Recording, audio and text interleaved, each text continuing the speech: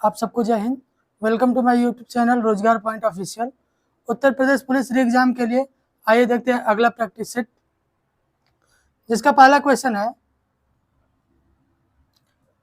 रशीद किसी कार्य को अकेले 15 दिनों में पूरा कर सकता है, जबकि कौशिक उसी कार्य को 21 दिनों में पूरा कर सकता है।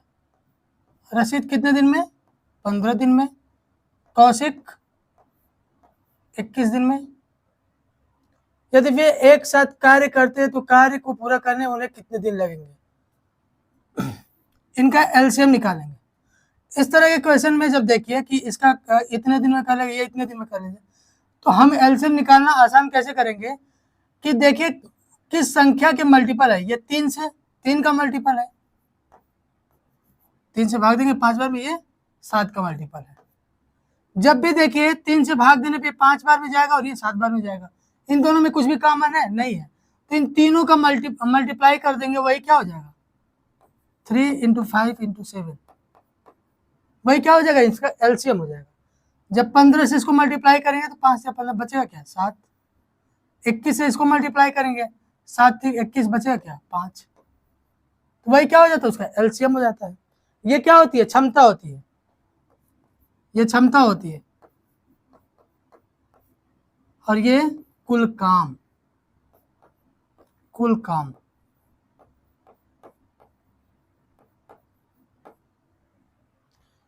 बोल रहा है कि यदि वे एक साथ कार्य करते हैं तो कार्य को पूरा करने में उन्हें कितने दिन लगेंगे?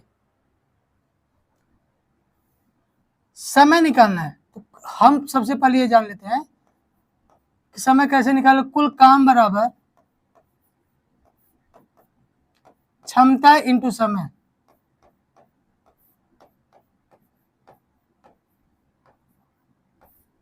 कुल काम कितना है? 3 × 5 × 7। क्षमता को इधर लेके आएंगे, क्षमता कितनी हो जाएगी? दोनों लोग मिलकर काम कर रहे हैं ना, 7 और 5 12 हो गया। कितना बचा? समय 4 बार में कटा, 35/4। इसको भाग देंगे, कितना आएगा? 8 से 3/8 होल 3/4। ये क्या हो गया? ये दोनों लोग अगर साथ मिलकर काम करेंगे तो काम कितने दिन में समाप्त होगा? 8 होल 3/4 डेज में। अगला क्वेश्चन देखते हैं।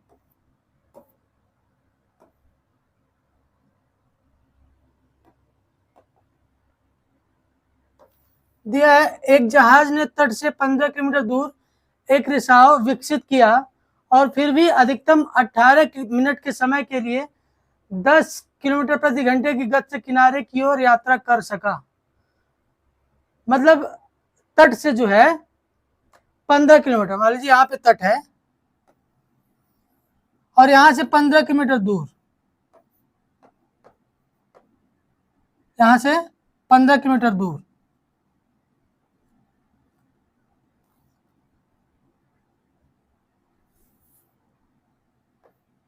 एक जहाज में क्या होल हो गया। अब वो डूबने की स्थिति में हो गए, क्योंकि होल हो जाएगा तो पानी भरता रहेगा, तो वो क्या होगा? जहाज डूबने की स्थिति में आ गई। बोल रहा है कि वो 15 किलोमीटर की दूर पर वो उसमें रिसाव शुरू हो गया और उसके बाद वो अधिकतम 18 मिनट के लिए क्या करती है? 10 किलोमीटर प्रति घंटे की गति से किनारे की ओर यात्रा कर सकती है। वो जहाज अभी भी वो कितनी गति से यात्रा कर सकती है?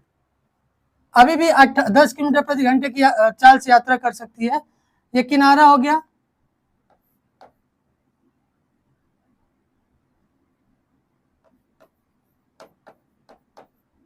और ये जहाज यहाँ पे है।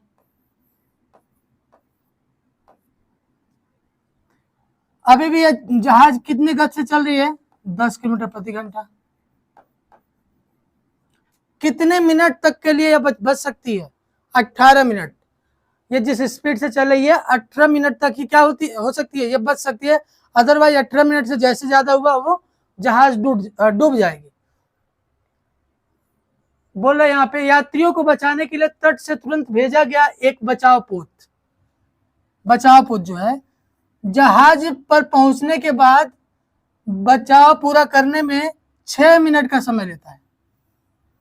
जो बचाव पोत है यहां से निकलेगा, इसको बचाने के लिए, यात्रियों को बचाने के लिए यहाँ पहुंचने के बाद फिर भी 6 मिनट लेता है, लेकिन हमको ये मालूम है कि टोटल 18 मिनट तक ये जहाज 18 मिनट तक ही रह सकता है, अदरवाइज ये डूब जाएगा।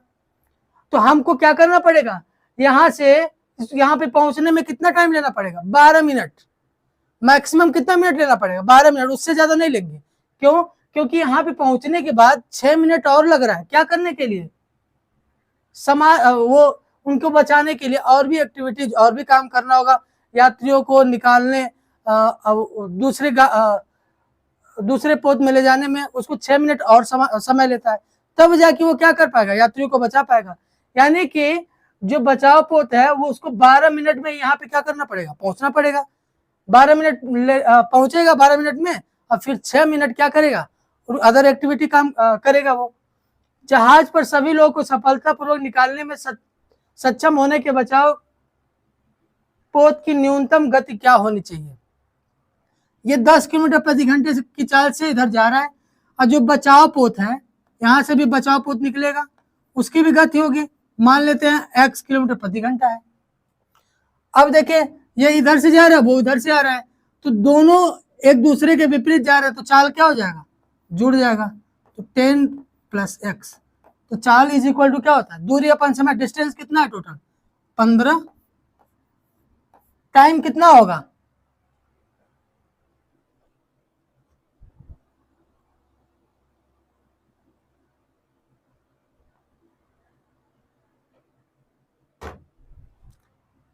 समय कितना होगा टोटल, कितना समय चाहिए, क्योंकि 6 मिनट यहाँ पहुंचने के बाद 6 मिनट बचाव के लिए अदर एक्टिविटी कर दी है, तो 12 मिनट में यहाँ पहुंचना पड़ेगा। 12 मिनट है, हर देखिए ये भी 10 किलोमीटर प्रति घंटा दिया है, वो भी x किलोमीटर प्रति घंटा है, ये कितना दिया, 15 किलोमीटर दिया है, ये 60 मिनट दिया हुआ है, 12 मिनट दिया हुआ है, इसको हम लोग क्या करेंगे, घंटे में चेंज कर लेंगे, तो 60 से क्या कर देंगे, भाग दे देंगे, तो 60 ऊपर चला गया, 15 × 60/12 75 आया। तो x की वैल्यू कितनी आ गई, 10 को उधर लेके जाएंगे, 65 किलोमीटर प्रति घंटा, 65 किलोमीटर प्रति घंटा। तो बचाव पोत की न्यूनतम चाल जो है क्या होनी चाहिए, 65 किलोमीटर प्रति घंटा, यही आंसर है। बहुत बड़ा क्वेश्चन है, लेकिन एक लाइन में इसका आंसर। अगला क्वेश्चन देखते हैं।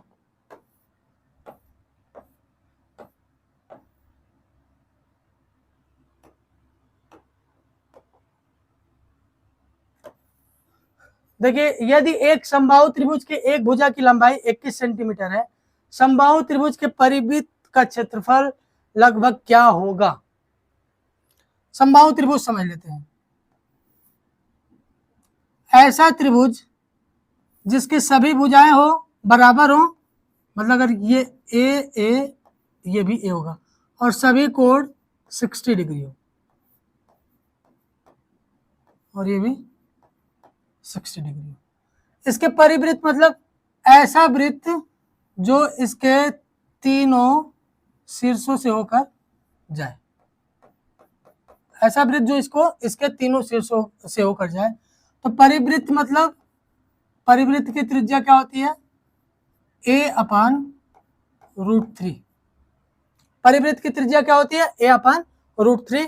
तो भुजा की लंबाई यानी a की वैल्यू कितनी दी हुई है, 21 दिया हुआ है, तो r इज इक्वल टू क्या होगा, 21/√3। हम 21 को क्या लिख सकते हैं, 7 × 3, 3 को क्या लिख सकते हैं, रूट में 3 × √3 अपान √3। इससे ये कैंसिल हो जाएगा, बचा क्या, 7√3। पूछ रहा है कि परिवृत्त का त्रिज्या, तो r मालूम हो गया, तो परिवृत्त का क्षेत्रफल, यहाँ पे परिवृत्त का क्षेत्रफल पूछ रहा है, r मालूम हो गया तो क्षेत्रफल क्या होगा, πr²। फार्मूला यही तो होता है, πr²। पाई की वैल्यू, r की वैल्यू 7√3 का होल स्क्वायर, ये 22/7 हो गया, 7 का स्क्वायर 49, √3 का स्क्वायर 3, ये कितनी बार में गया, 7 बार में। अब इसे मल्टीप्लाई करेंगे 462 आएगा। तो आंसर कितना हो गया? सी 462। परिवृत्त की त्रिज्या क्या होती है? r is equal to a upon √3। अंतःवृत्त की त्रिज्या क्या होती है, जिसको स्मॉल r से डिनोट करते हैं? अंतःवृत्त मतलब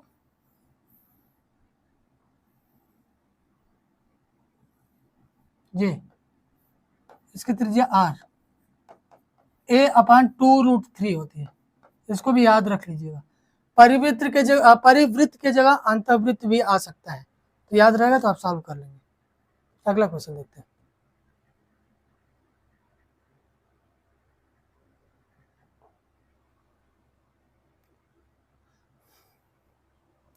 दिया हुआ है जुबिन और प्रवीण व्यक्तिगत रूप से एक कार्य को 36 मिनट और 60 मिनट में कर सकते हैं। जुबिन 36 मिनट में, प्रवीण 60 मिनट में पूरा कर सकते हैं।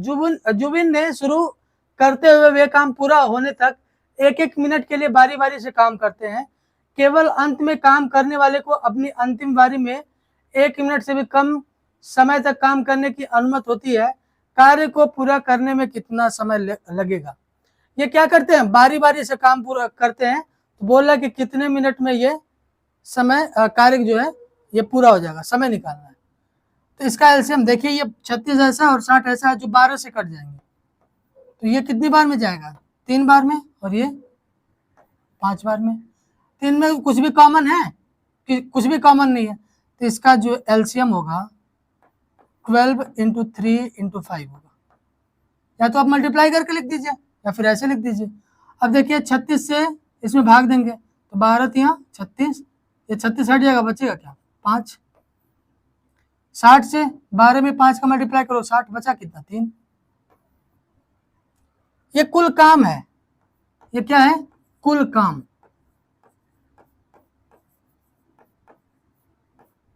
ये क्या है? क्षमता है। ये कुल काम है और ये क्षमता है। बोला ये बारी बारी से काम करते हैं तो कार्य कितने समय में कंप्लीट हो जाएगा? देखिए, पहली बार काम कौन करेगा? जुबिन। फिर कौन करेगा? प्रवीण। तो 1 मिनट जुबिन करेगा, दूसरे मिनट प्रवीण करेगा, तो 2 मिनट में कितना काम होगा? 5 काम जुबिन करेगा, फिर 3 काम प्रवीण करेगा, 8 काम। मतलब पहले मिनट जुबिन करेगा, फिर तीसरे मिनट जुबिन करेगा, फिर 5वें मिनट जुबिन करेगा, फिर 7वें मिनट, मतलब 20 मिनट जो है वो कौन करेगा? जुबिन करेगा। और सम मिनट कौन करेगा? दूसरे मिनट, चौथे मिनट, 6वें मिनट प्रवीण करेगा, क्योंकि अल्टरनेट करते हैं ना। तो अब क्या बोल रहा है, टोटल काम कितना है? 12 यहाँ 36 बचे 180। टोटल काम 180 है। 2 मिनट में कितना काम हो रहा है? 8 काम हो रहा है। तो 8 से इसमें भाग देंगे, कितनी बार में जाएगा? 8 दूना 16, बचा कितना? 2। 8 दूना 16 यानी 22, बचेगा कितना? 4 शेष बचेगा। तो हम लोग क्या करेंगे, 22 बार में ये क्या जाएगा? भाग जाएगा। तो 22 से इसमें भी मल्टीप्लाई कर देंगे, 22 से इसमें भी मल्टीप्लाई कर देंगे। क्या हो गया? 44 मिनट। 44 मिनट में ये कितना काम हो गया? 176। 44 मिनट में कितना काम हो गया? 176 काम। बचा कितना है? 4। देखिए, हर सम समय के बाद कौन आता है? जुबिन आता है, क्योंकि जुबिन विषम समय पे क्या करता है? काम करता है। जैसे पहले मिनट काम करेगा, फिर तीसरे मिनट काम करेगा, फिर 5वें 7वें, वैसे 44 मिनट हो गया। अब 45 मिनट, 45वां मिनट क्या है? विषम है। तो 45वां मिनट कौन काम करेगा? जुबिन काम करेगा। यानी कि बचा कितना काम है? 4 काम बचा है। तो 45वां मिनट कौन आएगा? जुबिन आएगा। 4 काम, इसकी क्षमता कितनी है? 5। तो 44 मिनट हो गया, और बाकी बचा काम कितने मिनट में होगा? 4/5 मिनट में। इसको हम सेकंड में चेंज कर लेंगे। तो 60 से क्या करना पड़ेगा? मल्टीप्लाई करना होगा। 12 बार में जाएगा, 12 चौक 48।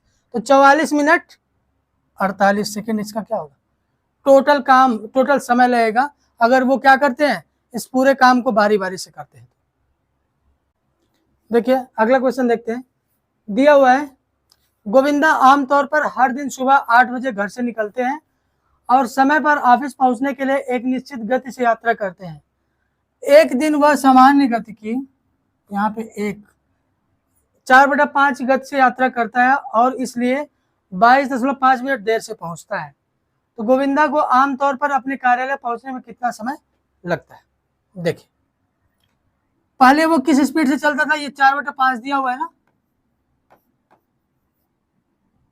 सामान्य गति की 4/5 स्पीड से अब चलता है। तो नीचे जो होता है वो सामान्य गति होता है, मतलब पहले जिस स्पीड से वो जाता था और अब किस स्पीड से गया, 4 की स्पीड से गया। जब इसके चाल में परिवर्तन हुआ तो क्या हो गया, वो 22.5 मिनट देरी से ऑफिस में पहुंचा। तो देखिए 5 के स्पीड से भी वो क्या जाता था, मान लीजिए x ये होम है और ये ऑफिस है, 5 के स्पीड से भी घर से वो ऑफिस जाता था, 4 के स्पीड से भी घर से वो ऑफिस गया, मतलब दूरी क्या हो गई, समान हो गई। मतलब घर से ही ऑफिस गया 4 के स्पीड से भी, 5 के स्पीड से भी घर से ऑफिस गया। जब दूरी समान हो, जब दूरी समान हो, जब दूरी समान होती है तो जो चाल होता है ना, चाल का अनुपात और समय का अनुपात एक दूसरे के उल्टा होता है। जैसे यहाँ पे दिया हुआ है, क्या पहले चाल कितना था 5, अब चाल कितना हो गया 4, तो समय क्या होगा, इसका उल्टा हो गया, क्योंकि दूरी समान है, समय 4 से 5 हो गया। पहले 4 समय लगता था, अब कितना लग रहा है, 5 समय लग रहा है, तो समय ज्यादा लग रहा है ना, तो वही समय ज्यादा कितना लग रहा है, 1 लग रहा है, जिसका मान कितना दिया हो 22.5 मिनट। तो बोल रहा है आमतौर पर कितने समय लगते थे, आमतौर पर कितना समय, 4 मिनट ही तो, 4 ही तो लगता था, तो 4 का मान ज्ञात कर लेंगे। 4 का मान, 4 का इसमें मल्टीप्लाई करें कितना होगा 90 मिनट। 90 मिनट मतलब 1 घंटा 30 मिनट, यानी 1.5 घंटा, यही तो लगेगा। सामान्य समय कितना लगता था 4, अब जब 4 से चल रहा है तब कितना लग रहा है, 5 लग रहा है। ये आंसर होगा। कौन सी एक समग्र या संयुक्त संख्या नहीं है, 133, 433, 533 और 833। समग्र संख्या मतलब क्या है कि ऐसी संख्या, समग्र या संयुक्त संख्या मतलब भाज्य संख्या,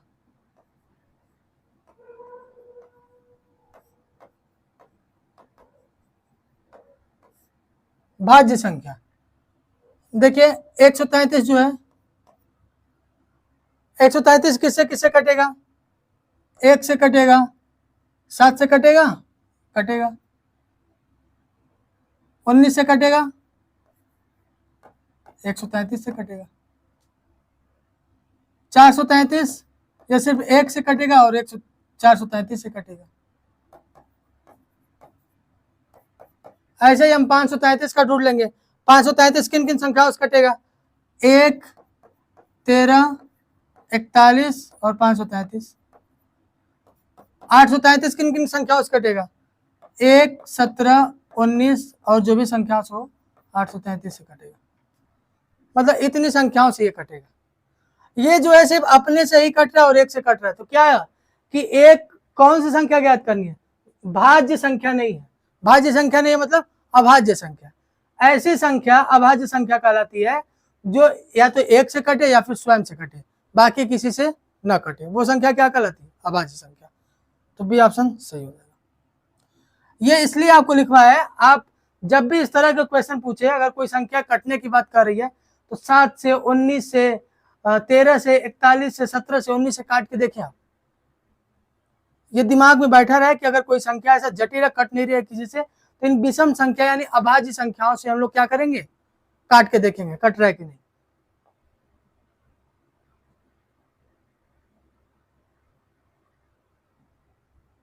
अगला क्वेश्चन देखते हैं। समीकरण को हल करने के लिए सबसे उपयुक्त विकल्प, तो हम तो जानते हैं क्या, बॉडमास।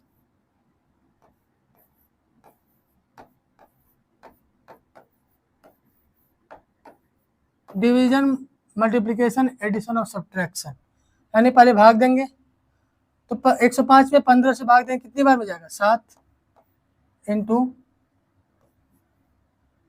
ये कितना हो गया 30,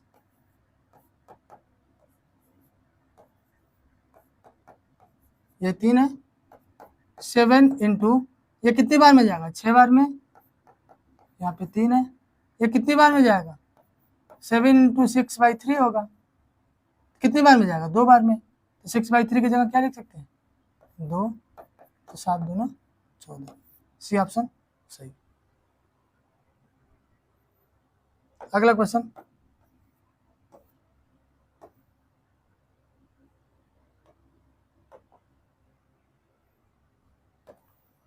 उपयुक्त विकल्प का चयन करना है। 1.8 डिवाइड 1200, देखिए 1.8 डिवाइड का सिंबल लिखा हुआ है, लगा हुआ है, 1200, ये दशमलव हटेगा तो नीचे एक जीरो आ गया, नीचे एक जीरो आ गया, 12 से इसको काटेंगे कितनी बार में जाएगा 1.5, नीचे कितना जीरो बचा है 3 जीरो बचा है।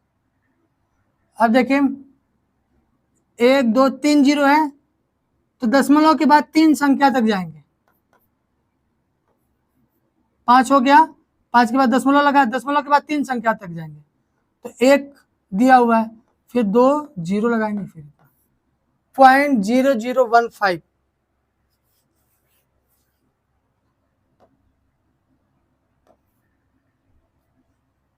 क्योंकि 3 जीरो है, जब पहले ही दशमलव है 3 जीरो है, जब इससे डिवाइड करेंगे तो दशमलव के बाद 3 अंक लेंगे, अगर यहाँ दशमलव ना रहता तो शुरू से 3 अंक लेते, यहाँ पे दशमलव ऑलरेडी दिया हुआ है इसी वजह से।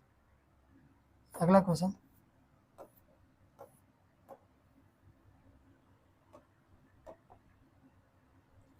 इसको देखिए, जब भी डिवीजन दिया हो ना, इसको मल्टीप्लिकेशन में कैसे चेंज करते हैं, 11/8 है, इसको मल्टीप्लिकेशन में हम चेंज कर सकते हैं, कैसे मल्टीप्लिकेशन, ये ऊपर वाला नीचे, नीचे वाला ऊपर चलाएगा, यानी 56/33, ये 3 टाइम में, ये 7 टाइम में, कितना हुआ 7/3, इसको डिवाइड करेंगे 2 होल 1/3,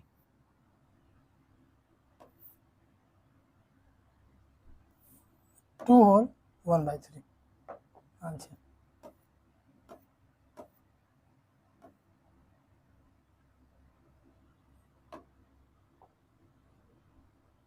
दिया हुआ है 54, 162 और 189 का HCF क्या है।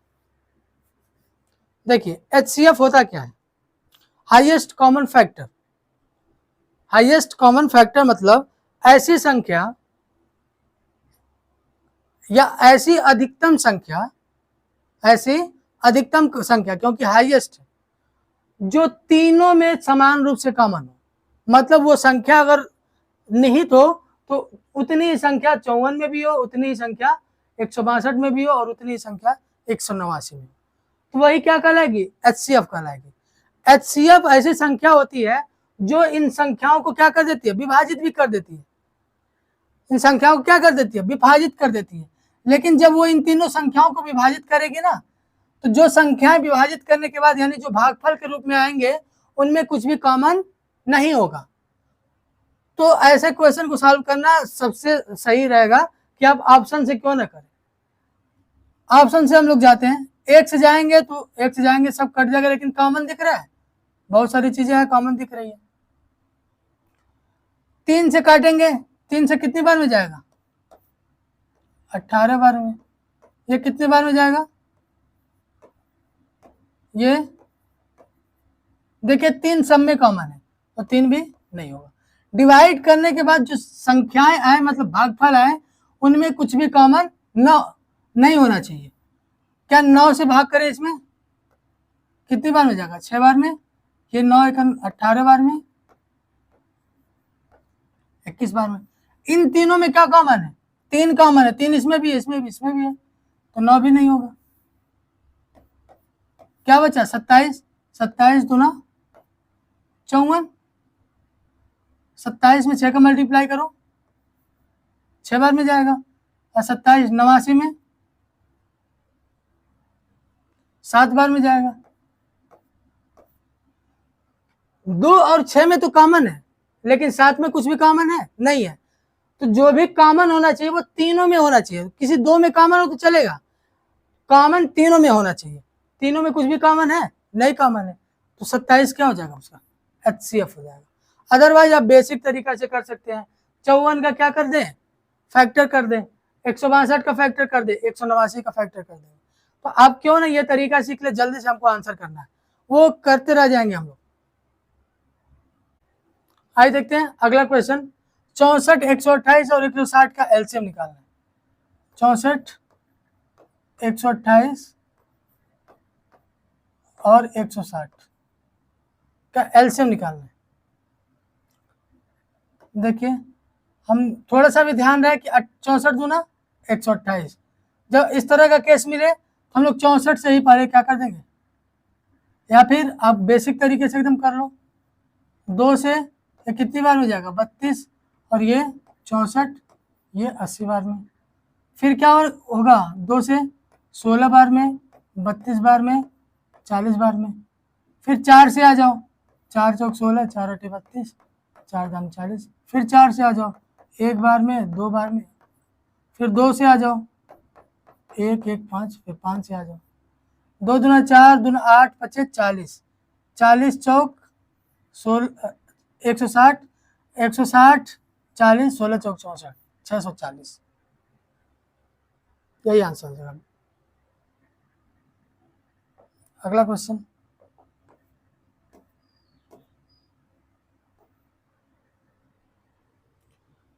दिया है यदि 84 को 5 और 9 के अनुपात में विभाजित किया जाता है तो दोनों भागों में सबसे बड़ा क्या है।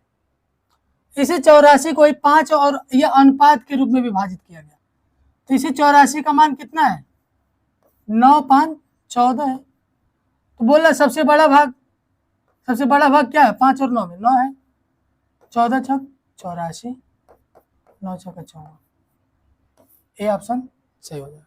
कैलकुलेशन के अलावा कुछ नहीं है इसमें। अगला क्वेश्चन,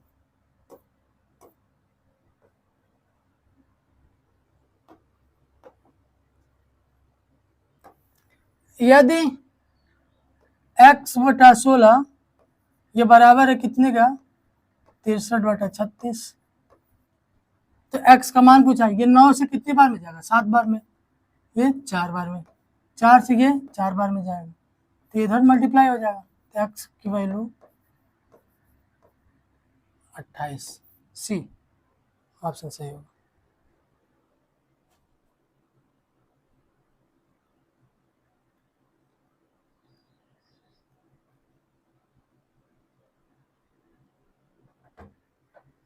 अगला क्वेश्चन देखते हैं।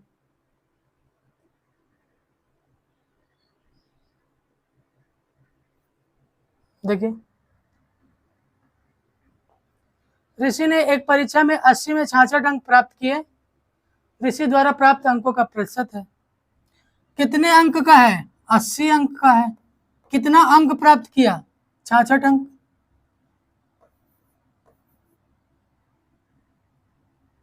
प्रतिशत ज्ञात करना है, 20 4 बार में, 20 से 5 बार में। अब क्या करो, इन दोनों को मल्टीप्लाई करो। अब ये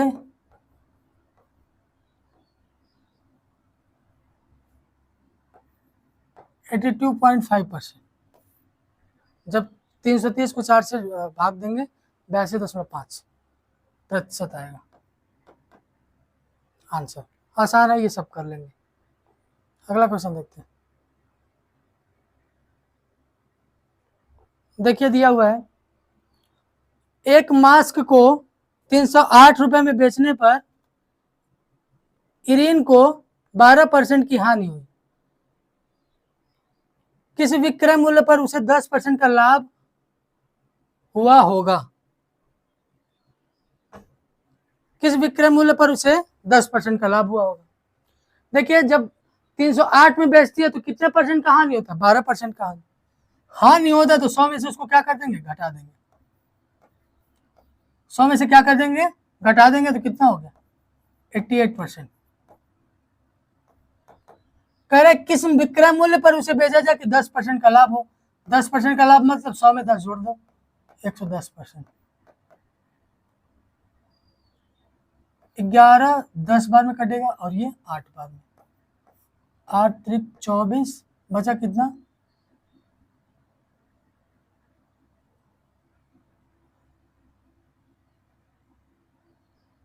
8 से नहीं कटेगा,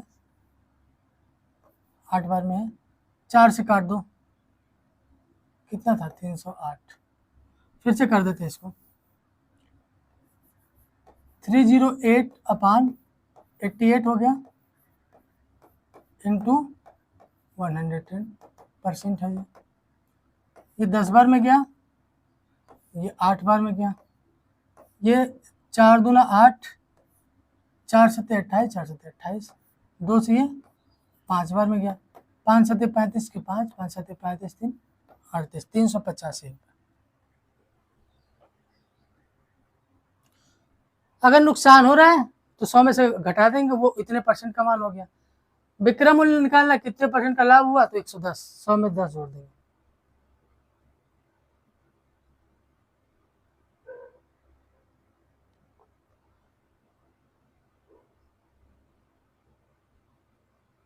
कलमों के एक सेट के अंतिम मूल्य पर ये अंकित है।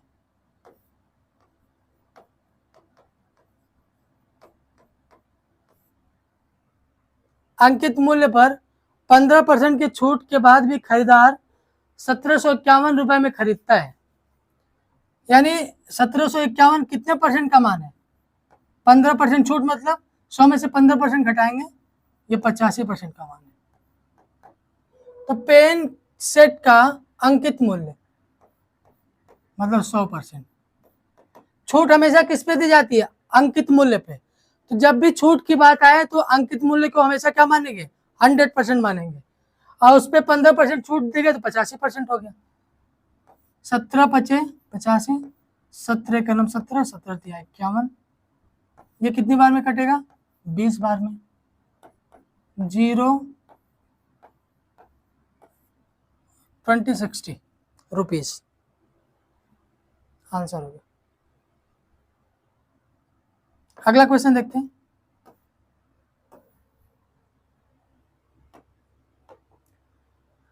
बोला यहाँ 1800 रुपए 8% प्रतिवर्ष साधारण ब्याज पर 500 के लिए निवेश किया, अर्जित ब्याज कितना होगा। यह 1800 रुपए है, 8% प्रतिवर्ष साधारण ब्याज पर 5 साल के लिए। तो हम लोग एक तो पहला तरीका क्या है कि SI is equal to PRT upon 100 कर दें, तब उससे निकाल सकते हैं। दूसरा तरीका हम लोग क्या करते हैं कि जो 1800 है ना, हम लोग क्या करते हैं 5 साल के लिए ब्याज दर कितना होगा, तो 5 साल, 1 साल का ब्याज दर 8% है, तो 5 साल के लिए ब्याज दर कितना होगा, 5 से 8 में मल्टीप्लाई कर दें, कितना हो गया 40%। तो 40% मतलब 40/100, 2 जीरो से 2 जीरो कैंसिल, 18 चौक 72, 720 रुपए। या फिर आप ये कर सकते हैं SI is equal to P यानी मूलधन इंटू दर इंटू समय बटा 100, PRT/100। P की वैल्यू कितनी है 1800, R की वैल्यू कितनी है 8%, समय की वैल्यू कितनी है 5/100। बात वही है, लेकिन हम लोग क्या कर दिए यहाँ पे थोड़े से कैलकुलेशन पहले ही कर दिए, ओरली कर दिए, लिखना नहीं पड़ा। 8 पचे 40, 18 चौक 72, 720, वही आंसर आएगा। अगला क्वेश्चन देखते हैं।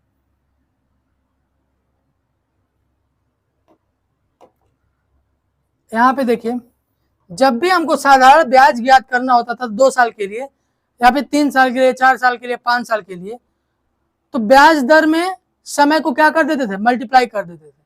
लेकिन यहाँ पे चक्रवृद्धि ब्याज की बात कर रहे हैं, तो यहाँ पे ब्याज दर ज्ञात करना है अगर 2 साल का, तो उसका फार्मूला होता है 2A + A²/100। ये 2 वर्ष का क्या हो गया, ब्याज दर हो गया, चक्रवृद्धि ब्याज दर।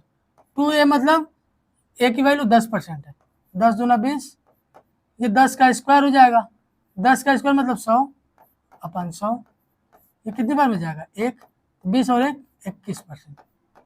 2 वर्ष का चक्रवृद्धि ब्याज दर कितना हो गया? 21%। जब ये हम निकाल लेते हैं ना, तो हमको समय से, ब्याज दर से कुछ भी मतलब नहीं है, ये संपूर्ण है उसका, वो कंप्लीट है उसका। अब हम लोग क्या करेंगे, मूलधन है ना, इसका 21% निकाल देंगे, वही क्या हो जाएगा? इसका चक्रवृद्धि ब्याज दर, ब्याज हो जाएगा 63। डी ऑप्शन सही।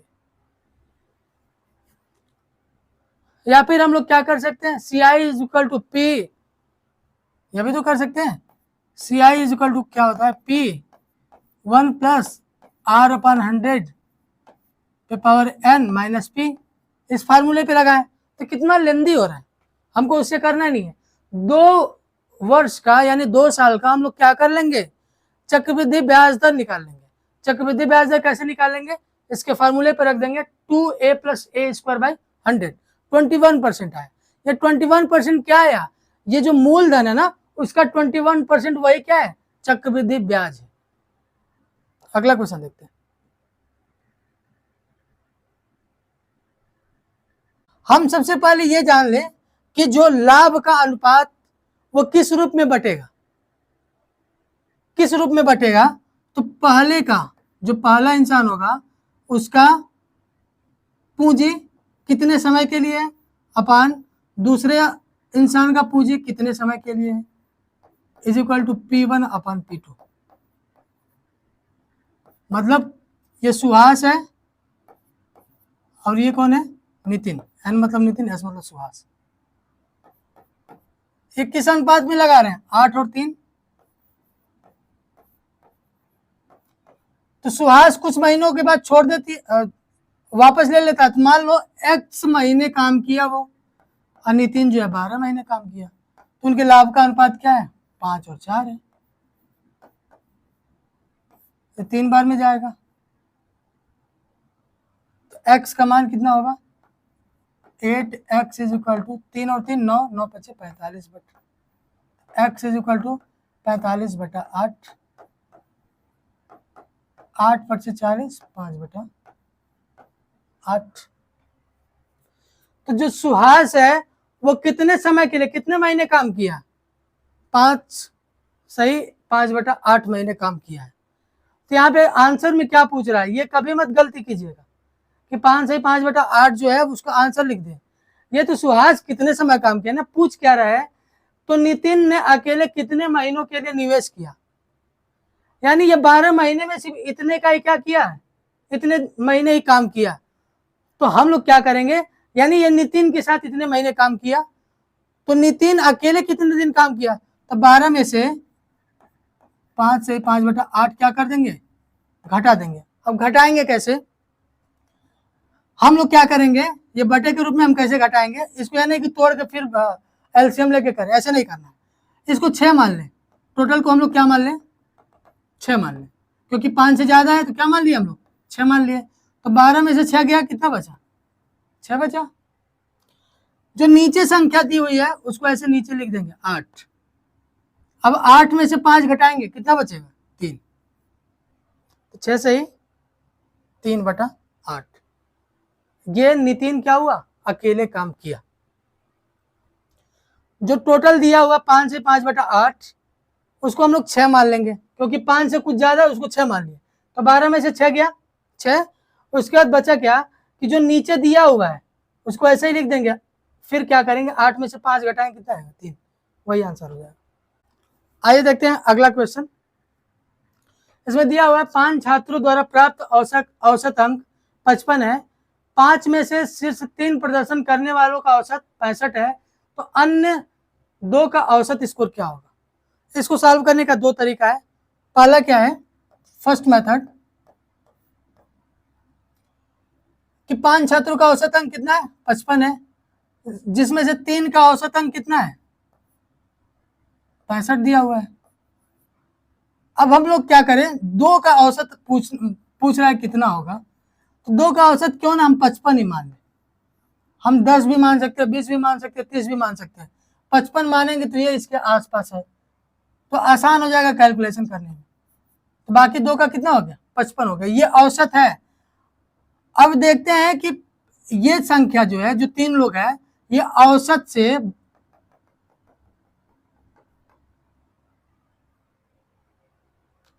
दो के औसत से, बाकी 2 के औसत से कितने अधिक या कितने कम है। ये बाकी 2 का औसत कितना है 55 है, तो ये कितना अधिक है 10 अधिक है। औसत में कितना अधिक है 10 अधिक है।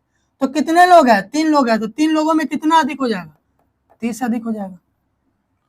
जितना अधिक है उतने को हम लोग क्या करना है न्यूट्रल करना है, मतलब जीरो करना है, उसको घटाना है। तो हम लोग को क्या करना पड़ेगा 30 कम करना पड़ेगा। तो हम लोग को 30 कम करना पड़ेगा। तो 30 कितने लोगों के बीच कम करना पड़ेगा 2 लोगों के बीच।